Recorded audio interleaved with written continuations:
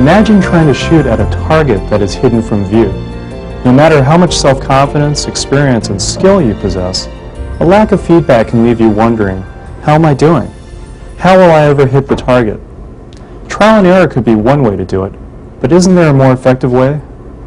What if someone who could see the target gave you periodic feedback on how to adjust your approach for the maximum results? Imagine how this could help you align your efforts and focus your energy on the target. In today's dynamic environment, the role of coaching has become a larger part of the manager's job, to guide individuals towards the right path to achieve both personal and organizational objectives. These objectives are most effectively met by clearly outlining and defining which activities to focus on. The manager supports this effort by providing the coaching and feedback necessary to motivate and keep people on track. This is an emphasis on people as the lever for improved organizational effectiveness through coaching, feedback, and development. In the next few minutes, we'll take a look at some of the most frequently expressed concerns and challenges facing people who provide coaching and feedback. We'll demonstrate some effective techniques that emphasize a balanced approach to communicating information on the strengths and development needs of employees. Some say it's challenging enough just to provide feedback, let alone to be a coach. A manager must be able to explain to the employee not only what needs to be accomplished, but also provide ongoing guidance and advice to help people make the adjustments. It's at this stage the manager becomes a coach. Coaching is a continuous cycle of observation, reinforcement, and redirection using feedback that helps ensure employees stay on track. This video is divided into 3 modules. The first focuses on feedback as an essential step in the coaching cycle. The second covers how to coach using feedback, and the third provides an enactment of an employee and supervisor discussing the results of a behavior inventory assessment of managerial competencies. The modules are most effective when all 3 are viewed, but can be used separately if desired.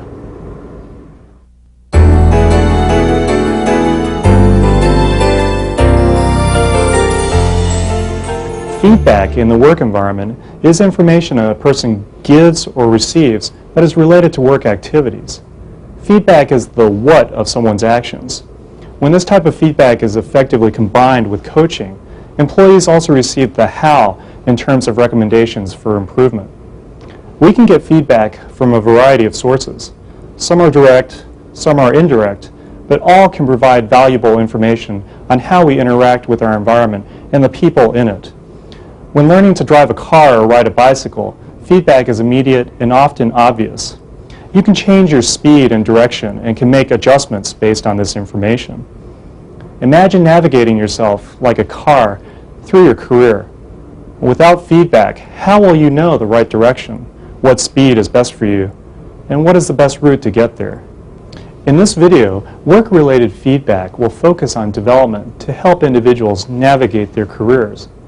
Feedback that is behaviorally based can supply individuals with information regarding their effectiveness. The emphasis is to provide balanced feedback that lets people know what they're doing well and what could be improved so adjustments can be made to help them stay on course. Think of it this way: if you don't know how you're doing, how can you improve? Feedback is information that lets people know how they're doing relative to achieving goals. Feedback can be challenging to provide. Many managers don't give feedback because sometimes people may appear unreceptive and can resist making changes. Why would people resist change? Let's ask. Why bother? It won't matter anyway. People may not like me if I do that. I just wouldn't be comfortable. I don't know how to do it differently. What is it about feedback that can make it hard to give and to hear? Think about a time when someone gave you valuable feedback.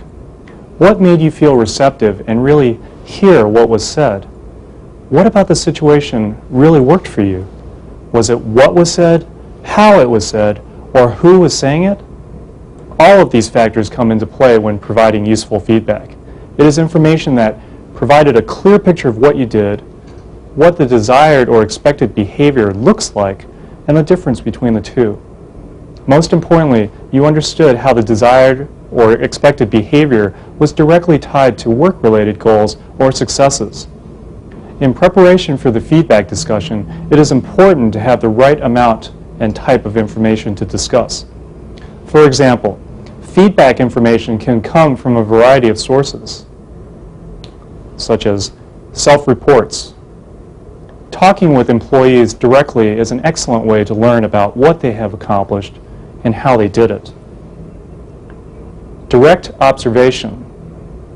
Personally observing employees at work will provide valuable information about what they do to achieve their results. Making notes on a regular basis will help make sure specifics are remembered, discussed, and are given the right amount of emphasis. Written materials and reports. Writing samples can help determine someone's current ability level. Input from others. Feedback from others can be a valuable source of information. However, be careful with this information. Be sure to research and verify this type of information when it is used in a feedback discussion. We encourage you to base your feedback whenever possible on your personal observations of the employee's work and use these other forms of information to support the discussion. Additional sources of feedback information can be used in later coaching activities to help find opportunities to develop the employee. How and when feedback is given is just as important as what is said. Karen is a manager with a staff of 8 employees. She believes that coaching is an important part of her job and gives them feedback whenever she can. Sometimes it goes well, but other times it doesn't. Let's look at an example. The Adelphi program will enable the team members to conduct SPIs either as a panel or individually based upon their specific requirements. You in the field can use the SSDP to support your registers this fiscal year. What he means to say is the skill-based interview and the supervisory selection and development program rather than SSDP. Richard, really make sure they know what you're talking about. Well, thank you for pointing that out. Sorry about that. When you get used to using acronyms, you can forget that others may not always know what you're referring to. The Adelphi program will enable the team members to conduct skill-based interviews, either individually or in a panel. You in the field can use to support your own personnel registers this fiscal year. Well, thank you. That's all for this week. We'll meet again next week.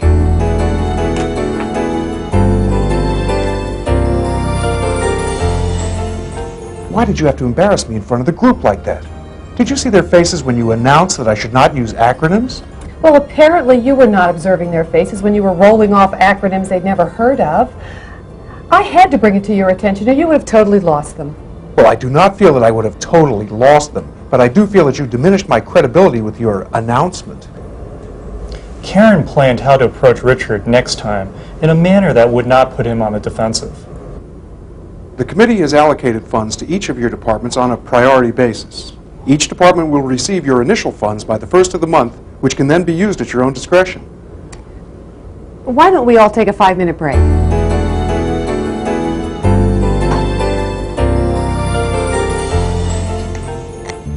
What did you do that for?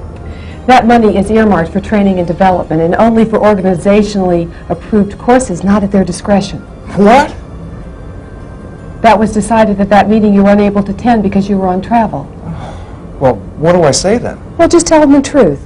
Tell them that you need to clarify a statement you made just before the break because you just received new information. Okay, great, I'll do that. And thanks. Notice the difference in how the two situations were handled and how it impacted the way feedback was received? When feedback is provided in a constructive manner, people are more receptive and are more likely to make a change. Notice how Karen not only gave Richard important information, but also worked with him to present the correction to the group in a way that maintained his credibility. Sometimes a person providing feedback may use vague language to ease the blow of bad news and mask the real message. Because feedback is specific to the person, people worry about hurting each other's feelings or people not liking them. Has this ever happened to you? Karen, I thought you did a fine job on that task force. The end product looked okay. Thanks. I really enjoyed working on it. Yeah, however, there is one thing, if you'd like to hear about it, that might help next year. Sure, I'm always looking for new ideas. Well, some of the members of the team seemed a bit scattered at times and probably need, well, sort of more leadership. Do you know what I mean? Well, they seemed a bit scattered? Is that Well, what... basically, if you just keep doing what you're doing and improve your leadership a little bit, I'm sure that things will be even better next time. I don't know, but I guess. Okay. Good. Keep up the good work. Do you think Karen really knows how she did? What specifically is she supposed to do to improve her leadership? How would you feel? In order for someone to develop or make a change in their behavior, they need to clearly picture it in their minds. If you can't picture it, you can't change it. Let's go back to the conversation with Bob and Karen and see if a different approach would have better results. Karen, I thought the work you did leading the task force was very effective. Thanks. I really enjoyed working on it. The concept your group came up with was really innovative and generated a lot of excitement. Most people present a lot of numbers. Using colorful graphics to represent the annual growth showed the real impact of the project. How did you come up with that idea? Well, we brainstormed most of it. There was some confusion around the decision-making process, but I figured it was just a new way of thinking for them and they'd warm up to it. It all worked out okay in the end. Sometimes people who are used to a fair amount of structure can get stressed when thrown into a group that operates differently.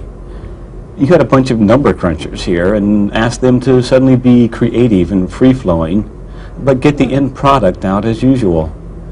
How do you think they felt? I never really gave it much thought. I just did what had worked for me in the past. But I see your point. I guess they might have been a little stressed or confused. You just might want to keep that in mind. Remember who you're working with when you're deciding what approach to take. Thanks. So, do you think Karen has a clear understanding of what worked and what she might do differently next time? People who are used to Bob a was fair amount of direct, structure but not get threatening stressed in when his thrown into a feedback. group that operates He differently. asked her about her approach You had a bunch and of offered a number suggestion crunchers for here next and time that asked them to Karen work could with clearly when you're picture. deciding what approach to take. During the feedback discussion, be I thought the work you candid did and leading the objective. task force was very Avoid effective. words that diminish the impact of what you were trying to say, such as The concept sort you came of, up with was or really innovative and kind of. generated a lot of excitement. Either it was or it wasn't. People present a lot of Provide numbers. information, not Using judgments. colorful graphics Keep to the represent conversation annual growth focused showed the on real work impact of the behaviors and project. outcomes. How did you come That up with way, idea? you will remain focused on the action, not the person. Keep the conversation two-way. Ask the employee for his or her opinion and discuss points of interest or concern. Build the employee's Sometimes self-esteem people by who are used praising to a what fair was amount done of well. structure can get stressed Balance when this thrown with a into discussion team of areas that need differently. development. You had a bunch Don't of rehash numbers every here detail, and asked them but to look for things that suddenly may be seem to creative and hinder the free-flowing, employee's success. but get the end product. The timing is everything. Be very selective about when and where you give someone feedback. Be sure that feedback is given soon after the event, but certainly not in situations that could lead to embarrassment. Be sensitive to others' feelings and perceptions. It is hard to remember specifics if too much time passes. Some people tend to avoid talking about problems until they are a crisis. When the discussion finally occurs, it is often too late for effective problem solving and can make some feel defensive and helpless. Make feedback as timely as possible and in the right setting. Have you ever seen something like this happen? Richard, what is going on with this presentation? Meaning? What exactly are you trying to say? I can't make heads or tails of this graph, and I'm certainly not going to stand up in front of that group tomorrow and look like an idiot. Well, perhaps if we could go to your office and talk about your specific concerns, I could explain. I don't have time for that. You know how I like my presentations. Just do them like I ask. Needless to say, timing of feedback is critical, but so is the setting. Be aware of who might see or overhear the feedback discussion. Be aware that public criticism only leads to embarrassment. If this occurs, people are not likely to hear anything you have to say. Find a suitable location for the discussion, and watch your tone. Let's revisit the scene and see Karen try a different approach.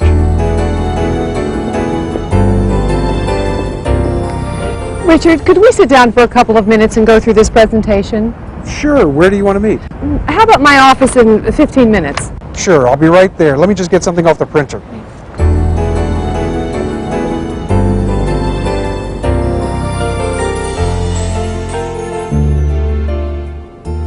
Hey, I have some questions about the graphs in the last 2 pages. I don't understand what they're saying. Oh, I see. I forgot to put in the key so you'd know what the different bars mean. Yeah, that would help.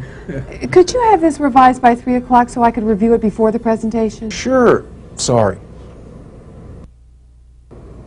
Even when using all of the strategies mentioned here, feedback can still be challenging.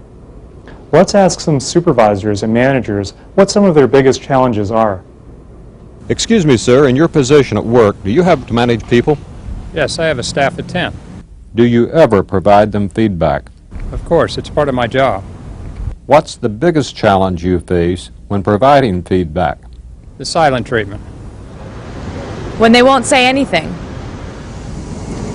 When they just sit there and look at you like this. What do you do in your feedback discussion when your employee gives you the silent treatment? Let's take a look at how to deal with this. So, can you see why Kathy reacted that way during the group meeting when you cut her off so quickly? I guess. Based on the way you responded to her question in the meeting, Kathy probably thought you didn't care what she said. Do you agree that allowing others to voice their opinion is a more effective approach? I guess. What do you think you could try next time? What you suggested? Okay, then. Let me know if you have any further thoughts on the idea. What do you see happening here? What could Karen do differently to develop a two-way conversation? To promote a two-way discussion, ask questions that cannot be answered with one word, such as yes or no.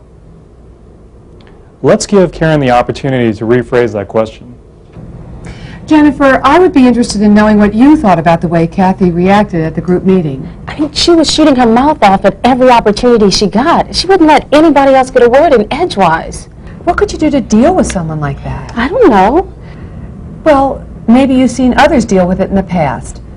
How do you normally handle it? I guess normally I would just let everybody else You can talk. see how this technique creates a two-way conversation. Another challenge is the ability to manage silence. Giving a person time to think about how to answer a question is also important. Try not to fill those moments of silence with more conversation. How do you normally Let the person take the time needed to discuss the issues. What are some of the other challenges you face with feedback? People getting defensive. Then the situation becomes very uncomfortable. People overreacting. Things tend to get tense after that. No one hears anything. People getting their feelings hurt and taking things way too personally. But come to think of it, it is personal. Let's see why people would respond this way. Let's go back to Karen and Richard. Richard, I would like a moment to discuss your program. Sure. What specifically are you interested in? Well, for starters, I'm concerned you're way over budget, as well as a few other issues. Well, I will admit we're a little tight at this point, coming down to the final stretch. But a lot of that had to do with some problems we had in getting the team together to complete the final report. Why was that a problem? They just had a hard time coordinating, that's all. Well, why was that? Well, some of the team members don't work exactly the same, so it's difficult to get everybody in sync. For example, I take a little longer to proof a document, so turnaround takes a little longer. Well, why are you so slow? Well, I like to take my time and be very methodical about it. Others tend to rush, but I just work better at a slower pace. Well, what could you do to change your approach to work better with the group? Well, I don't know about my approach. I mean, it has always worked for me in the past. Maybe it's the group, you know? Richard, as project manager, it's your responsibility to see that the job is done in an efficient and effective manner, whatever it takes. You're ultimately responsible. The end result reflects on you just like you reflect on me. So I assume you'll take care of it. Fair enough? I guess so. Why would Richard feel defensive in this situation? Do you feel he's motivated to change? Most importantly, how will he interact with Karen in the future? Probably not very positively. Be careful when asking why questions. It's hard to ask a why question without sounding critical or blaming. One technique to use is paraphrasing. Paraphrasing lets you respond to the other person and put what they say into your own words without changing the meaning. Let's go back and watch Karen try some paraphrasing techniques. Richard, I'd like to take a moment to discuss the program you're managing. Sure. What specifically are you interested in? Well, for starters, I'm concerned that the budget's getting tight, as well as a few other issues. Well, I will admit that we're a little tight at this point, coming down to the final stretch. But a lot of that had to do with some problems we had in getting the team together to complete the final report. What type of problems? Well, they just had a hard time coordinating, that's all. Well, what about it is challenging? Well, some of the team members don't work exactly the same, so it's a little hard to get everyone in sync. For example, I take longer to proof a document, so turnaround takes a little longer. So everyone is doing their own thing and at a different pace. That makes it difficult to get together in a timely fashion. Yeah, I like to take my time and be very methodical about it. Others tend to rush, but I just work better at a slower pace. Well, what could you do so the deadlines are met? Maybe let everyone work the way that suits them best, as long as we agree on how the objectives are met. So you feel it's okay for everyone to work at their own pace, so long as the ultimate goal is met? Well, yes, unless their particular approach interferes with somebody else's, but I don't see where that would happen on this job. You can see that Karen understood how Richard saw the situation and was able to discuss it with him. Let's see another. So how's it going so far with the project team? It's been a good learning experience. I find myself getting a little stressed at times, though. Is there anything specific that's causing that stress? Yeah, I get frustrated because I don't have direct control over some of the people on the project team.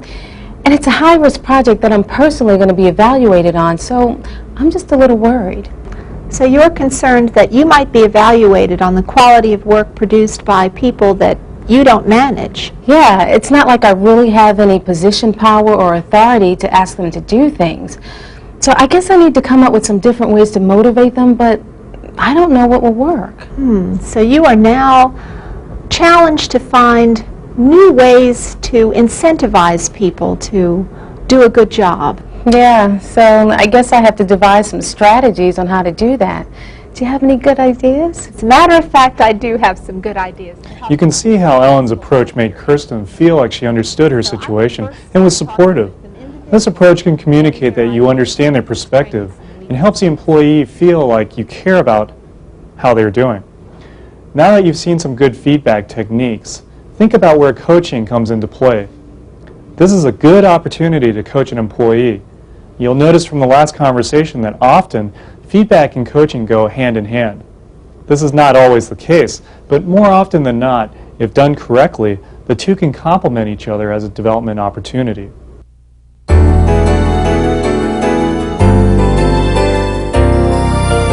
Coaching and feedback should not be a one-time process or annual event. Rather, it is a continuous cycle of feedback, mutual planning, and coaching. The workplace provides lots of opportunities for coaching. To coach effectively, it is important to know which situations are appropriate for coaching. You can provide instruction, guidance, and encouragement by knowing when, where, and what to coach.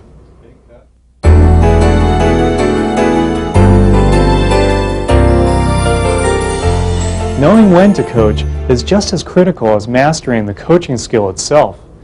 Part of being an effective manager or supervisor is identifying situations that need coaching. Although many supervisors advertise an open-door policy, employees are often hesitant to walk through the door and openly say what is on their minds. Consequently, a supervisor must recognize the signs that indicate coaching is needed. Although many situations can signal coaching opportunities, we have identified some you can look for. Coaching opportunities exist when orienting and training employees, explaining how the organization works. Identify a task that can be performed more effectively or efficiently and decide who would benefit from doing it. Provide the necessary instruction, guidance, or resources to complete a task. Listening to an employee's request for help in handling a situation. When an employee has demonstrated improvement through training and development activities. Discussions around changes in the organization's goals, conditions, work standards, or in reporting relationships provide an opportunity for discussion. These opportunities may not be obvious unless you are tuned into looking for them.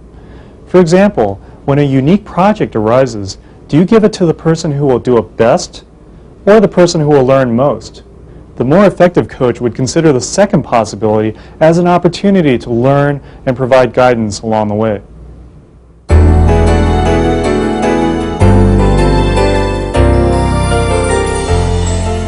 Coaching and feedback can be combined for employee development. However, each can be provided separately. Feedback, remember, is the what of performance. In some situations, you can provide feedback to an individual who can make adjustments without coaching. In some instances, perhaps from personal experience, you will know that particular employees can develop with information alone. Coaching, however, is most effective when personalized with individual feedback examples, so employees can more clearly picture their approach and how a change in tactic can make a positive difference. Feedback is clearly a valuable part of the coaching process. When conducting a feedback discussion, begin the conversation with relevant work or neutral topics. After discussing the purpose of the meeting, be sure to ask for the individual's thoughts or opinions so he or she becomes involved in the discussion. Thanks for coming in. How's it going? Oh, not too bad. We were up late last night trying to meet the deadline on the Alpha project. You know, every time you proof something, you find one more thing that's not quite right, and then you got to go back over everything one more time. Oh, I can sure relate to that. That project has been a never-ending nightmare from the beginning. I'm sure we'll all be glad to be done with it. Yeah. I realize we're all crashing on one thing or another these days, and we all have a pretty hectic schedule. But I wanted to take the opportunity to get your perceptions on the presentation you did yesterday morning to the council. That's a pretty interesting crowd. You're telling me. Interesting is putting it lightly. Remember, by asking for individuals' perspectives, you are better able to understand how they interpreted the situation. Let's watch Karen's approach. How would you describe them? I would say difficult, fairly unpleasant. I've had better receptions. When you say difficult, what do you mean? Well, they didn't say much. They just kept looking at their handouts, and when they did ask a question, it was usually in a hostile and condescending tone. By asking for their approach, you can learn specifics about what actions they took or are thinking about for the future. Well, can you give me an example of that? Yeah, when Mr. Morton asked me about projected expenditures for the next year and how that would impact transportation availability. And how did you answer? I told him I had reviewed the expenditures and the figures were on his handout on page 15. He then said to me in a really snide voice, "That's not what I asked you. I asked about implications regarding transportation availability." And then he just stared at me with this scowl on his face. What did you say then? I told him that budget would not be impacted when compared with all other areas. I mean, I thought that would appease him. I guess it did. He didn't ask any more questions. Although, come to think of it, he and his assistant director did leave the presentation early. When you see an opportunity for coaching, try to learn more about why the employee selected a particular approach or has a certain perspective. Karen has recognized that Richard may not have read his audience well enough to understand their reaction to him. Why do you think they acted that way? You got me. I saw the numbers, and to me, the numbers speak for themselves. What more do you want? I mean, I take great pride in always having my figures straight and my documentation in order. Yes, that's true, you do. But what I'm interested in is beyond the facts and figures. How do you go about preparing for a presentation? What do you mean? For instance, what did you know about the people at the meeting and why they were there? Well, I had an attendee list. I guess about as much as everybody else knows. Why? What are you getting at? Often the success of a presentation is knowing your audience and anticipating their reaction. Based on this, you tailor your presentation as sort of a selling tactic. This is a different kind of preparation. Richard, you are one of the brightest project managers we have in this department. You are very conscientious and detail-oriented. Your work for me is always flawless. What I would like to focus on is how you present information to a particular audience. Well, that sounds good. What do you have in mind? Well, for instance, With the right research, you would have known that Morton's budget was all but eliminated in Monday's downsizing, and he's mad. So knowing this, instead of referring Morton back to the document in his hand, you could have cited alternative funding measures that your project would provide. Do you see what I'm saying here? Yeah, so get him to see something in it for him based on his current situation. I guess I could have come across a little more sensitive. Well, let's find a way to work on this. Think about the approach Karen took in this discussion. Karen was a good listener. Listening means more than hearing. It requires attention and involves understanding what was said. Effective listening is a key piece of the coaching and feedback process, to think about what is being said rather than jumping to conclusions or making assumptions. Clear communication is a key factor to a successful discussion. Once the information is clear, coaching can be done around specific areas. Karen focused on Richard's presentation of information and learning to read his audience. She gave specific examples and some ideas on how he could improve. Also, keep in mind that coaching will not be seen as helpful and genuine when the coach does all of the talking. Employees should be given the opportunity to present their opinions, suggestions, and solutions. In doing so, they are more likely to feel it is fair and objective. The greatest impact is that employees will feel they can influence the outcome.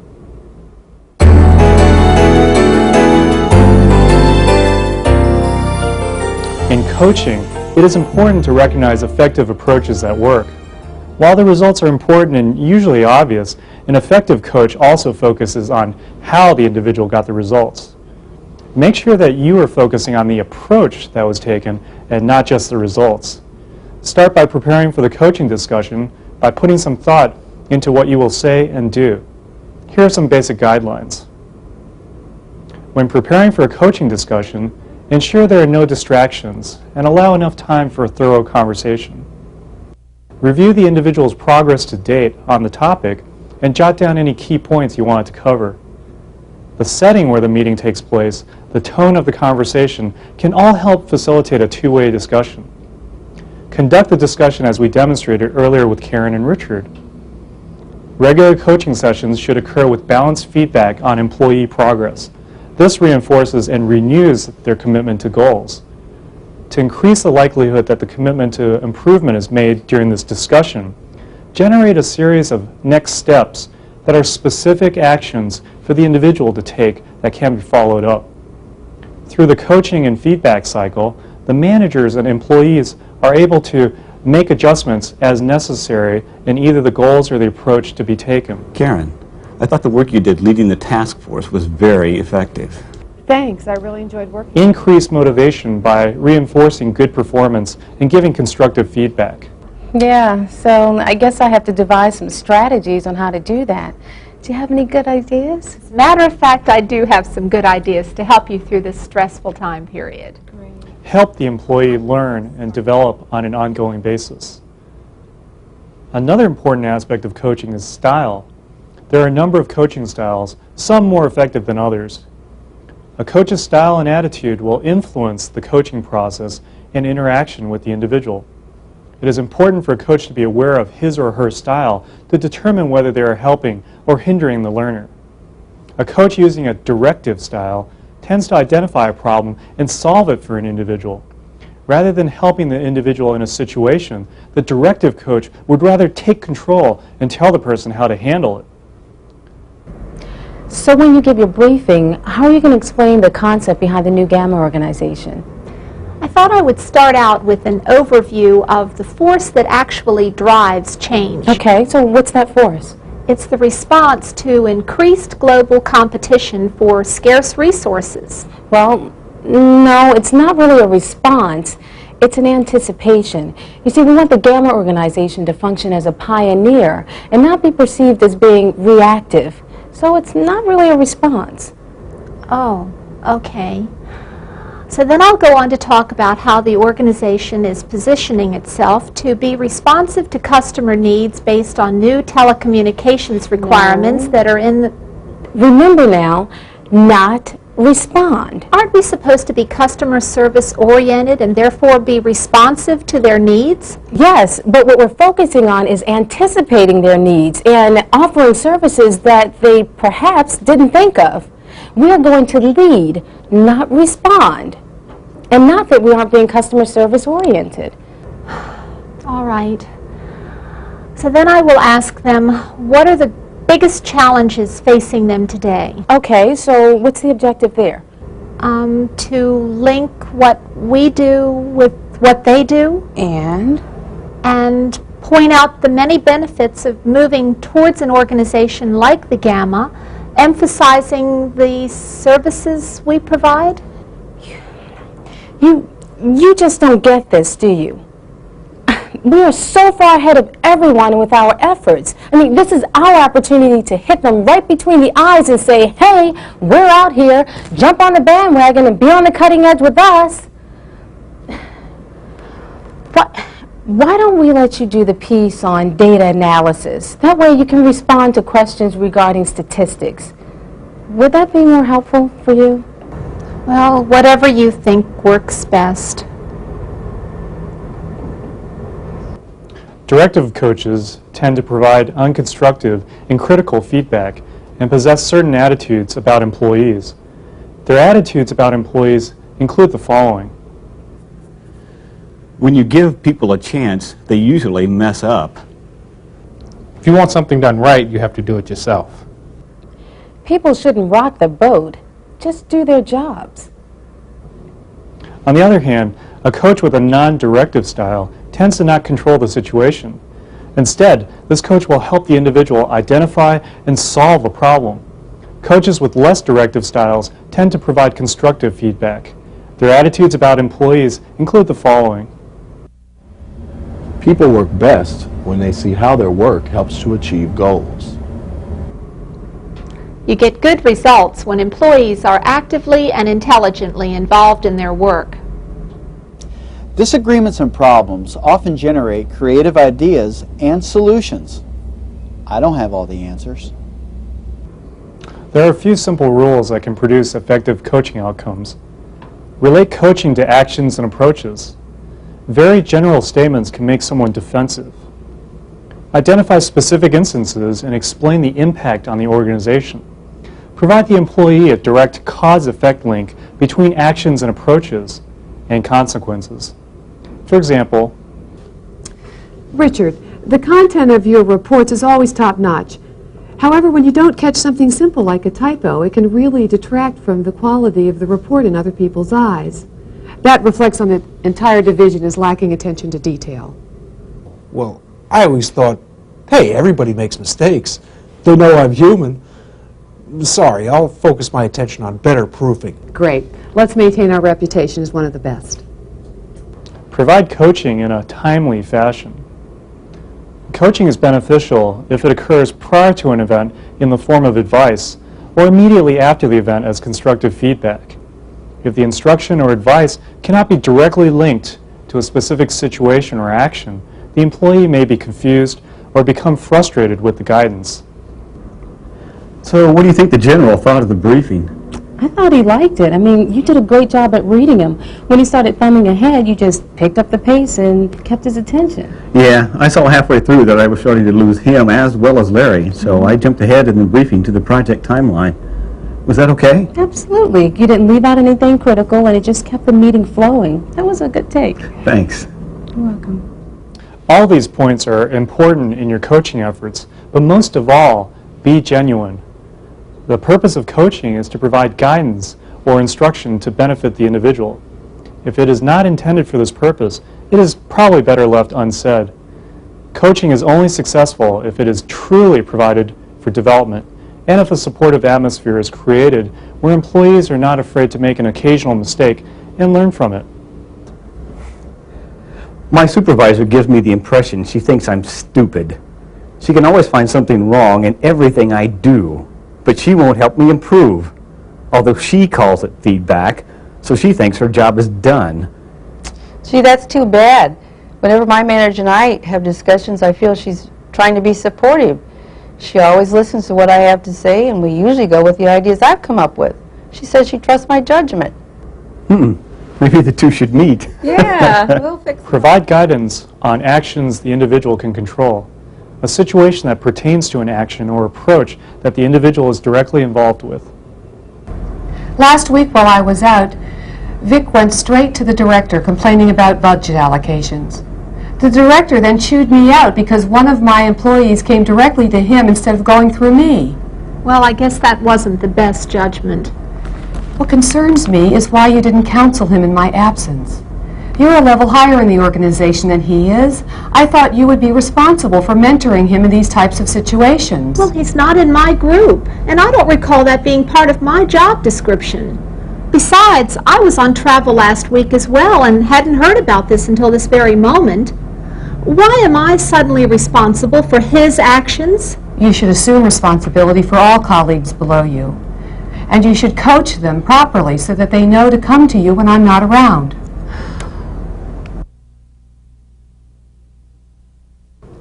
In a coaching discussion, an employee may be uncomfortable at first and be highly sensitive to every word communicated. Sentences should not begin with, "you did," or insinuate that everyone in the workplace holds some strong feelings about the individual. Such generalization will cause the employee to become defensive and lose self-esteem. Let's see another version of that. Last week while I was out, Vic went straight to the director complaining about budget allocations. The director then chewed me out because one of my employees came directly to him instead of through me. Well, I guess that wasn't the best judgment. I have a thought on how this situation can be avoided in the future. Perhaps you could step in my role when I'm not available, potentially when I'm on travel or just very busy. You're a level higher in the organization than he is. I thought you could be responsible for mentoring him in these types of situations. Well, he is not in my group.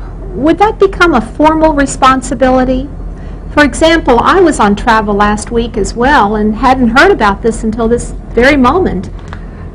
You could assume some responsibility for all colleagues below you, and we could develop some memos that discuss a role change, and we could also start coaching people so that they think to come to you when I'm not around. Remember also that reinforcement can be a type of feedback that supports coaching. Look to reinforce and identify the results that meet or exceed standards. There are many types of reinforcement that coaches can use. Examples of reinforcers include a verbal pat on the back, control or management of a significant task or project, greater visibility with management, an award or acknowledgement. Give some thought to the types of rewards you can use to acknowledge a job well done and improvements people have strived to reach. It is these behaviors that are then more likely to be repeated in the future.